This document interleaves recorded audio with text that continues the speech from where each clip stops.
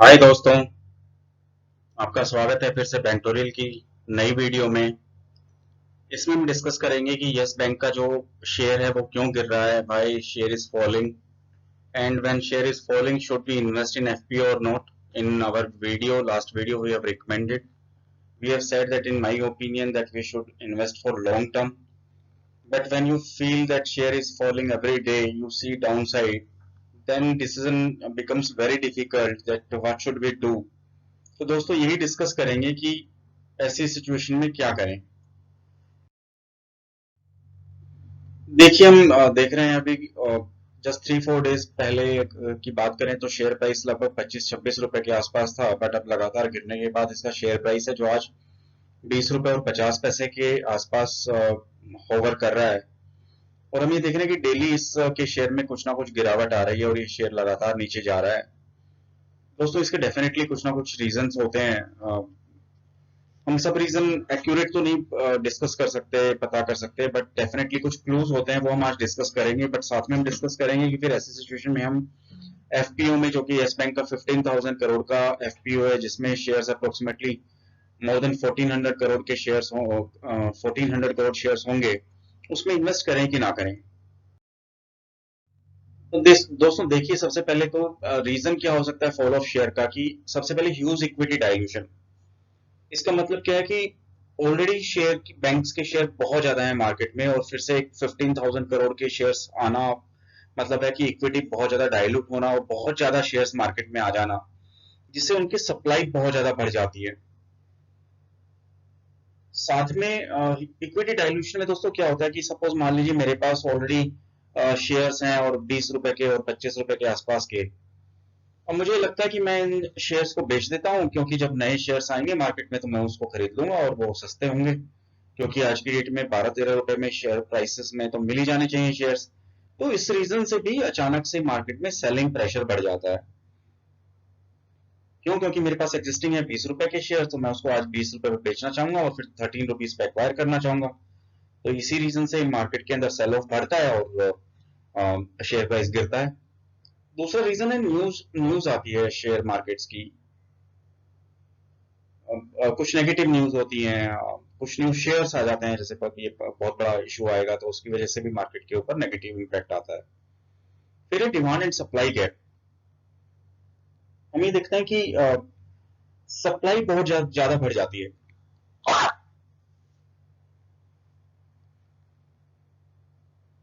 Share market में new shares के आने की वजह से बहुत ज्यादा सप्लाई बढ़ जाती है, शेयर्स आ जाते हैं जिसकी वजह से डिमांड कम हो जाती है और शेयर प्राइस गिरता है। और भी एक रीजन है प्रोब इन शेयर ट्रांजेक्शन्स।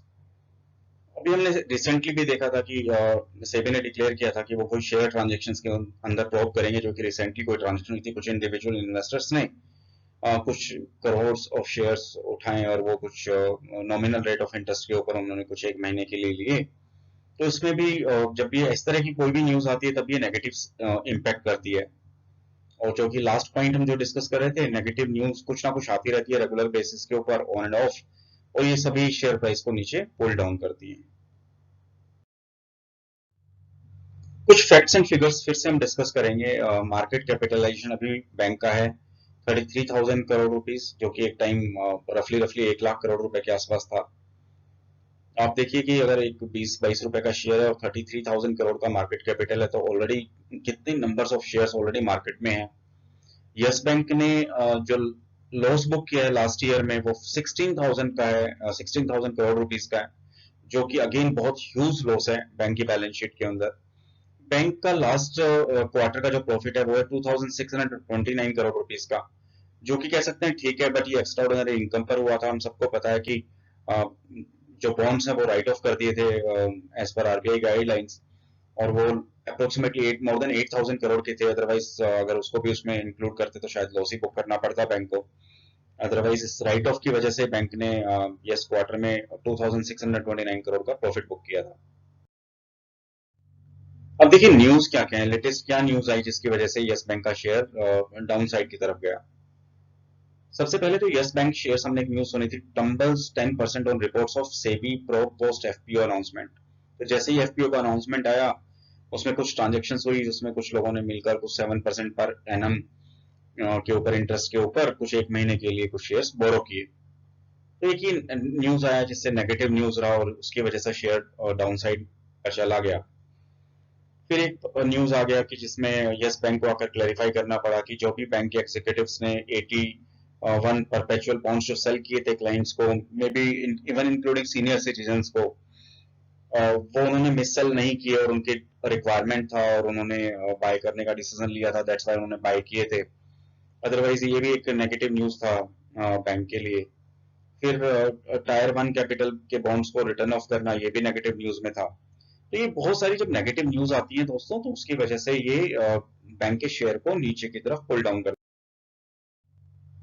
अब ऐसे सिचुएशन में क्या करें जब ये सब ऐसी न्यूज आ रही है, नेगेटिव न्यूज आ रही है, तो इसमें पैसा लगाएं कि ना लगाएं, वेदर वी शुड इन्वेस्ट।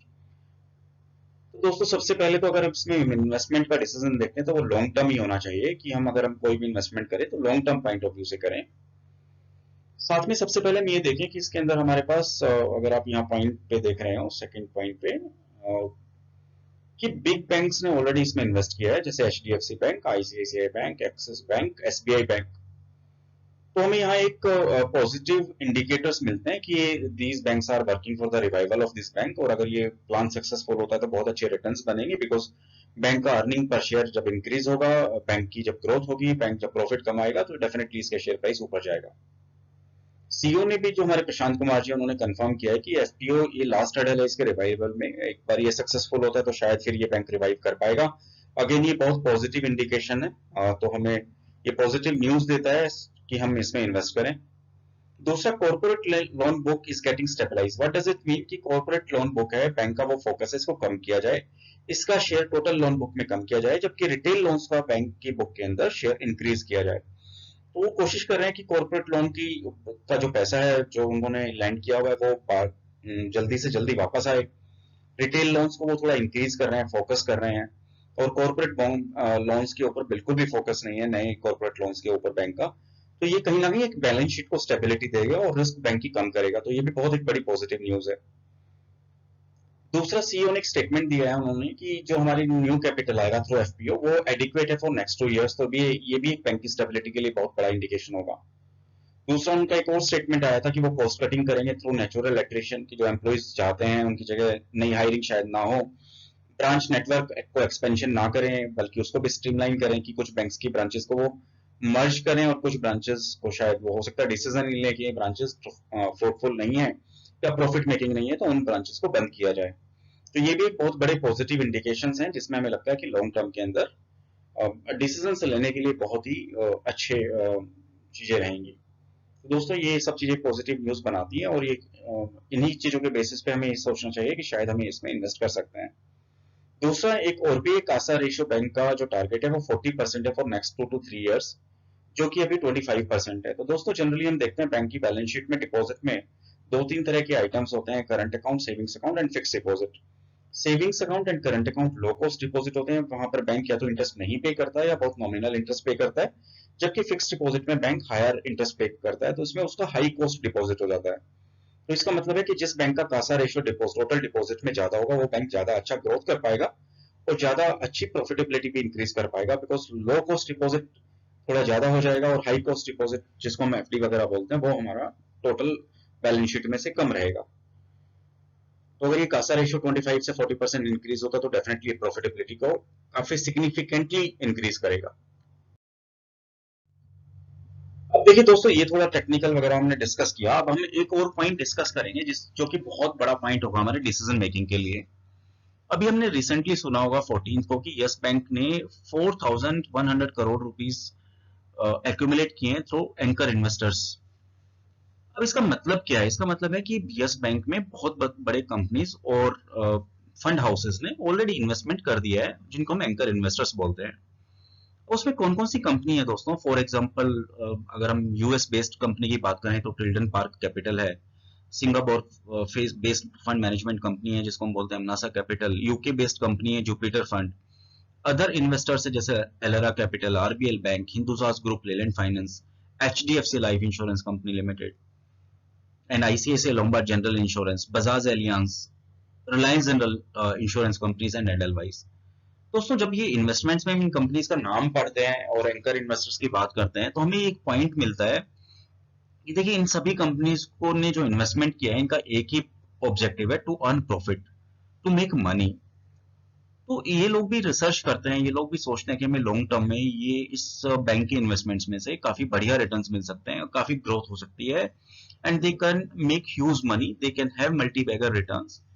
दोस्तों ये भी हमें बड़ा कंफर्ट देती है। मेरा तो ये मानना है कि जब हम इन कंपनी का नाम सुनते हैं और उन्होंने अपनी ह्यूज इन्वेस्टमेंट इस बैंक के साथ की है फॉर लॉन्ग टर्म, तो दोस्तों ये भी एक डिसीजन मेकिंग के लिए बहुत बहुत बड़ा पॉइंट है। तो आप इतना जब सोचेंगे तो आप डेफिनेटली सोचिएगा कि कुछ ना कुछ पोर्शन आप डेफिनेटली इसमें आप इन्वेस्ट करें। शेयर प्राइस वैसे भी अभी बहुत ज्यादा चीप ही मिल रहा है हमें, 12 रुपए 13 रुपए के आसपास हमें इसका प्राइस में ये अलॉटमेंट्स होंगी, और करंट प्राइस 20 चल रहा है। तो आई थिंक मेरे अकॉर्डिंग टू मी ये लॉस तो आपको डेफिनेटली नहीं होना चाहिए। और बट अगर आप लॉन्ग टर्म इन्वेस्ट करेंगे तो जैसे इतनी बड़ी बड़ी कंपनीज और फंड हाउसेज और इतने बड़े बैंक्स ने इन्वेस्टमेंट किया है तो डेफिनेटली ये बैंक्स भी रिटर्न्स बनाएंगे, और अगर हम इंडिविजुअल इन्वेस्टर्स जब इसमें इन्वेस्ट करेंगे तो डेफिनेटली हम लोग भी बहुत अच्छे रिटर्न्स बनाएंगे। तो मेरी तरफ से thank you very much for watching this video. If you are liking these videos please keep on subscribing and liking. मैं बार बार रिक्वेस्ट करूंगा कि आप मेरे चैनल को प्लीज सब्सक्राइब करें। इस चैनल में हम बैंकिंग से रिलेटेड, इन्वेस्टमेंट से रिलेटेड, नॉलेज से रिलेटेड हम वीडियोस लाते रहेंगे। साथ साथ में हम कुछ एंटरटेनमेंट वीडियोस भी ऐड करेंगे। हम कोशिश करेंगे हम आज या कल में एक बहुत बढ़िया एंटरटेनिंग वीडियो अपलोड करने वाले हैं। वो उसका टॉपिक होगा 6th richest man of the world, that is Mr. Mukesh Ambani. So guys, again thank you very much for watching this video. Have a nice day. Bye bye.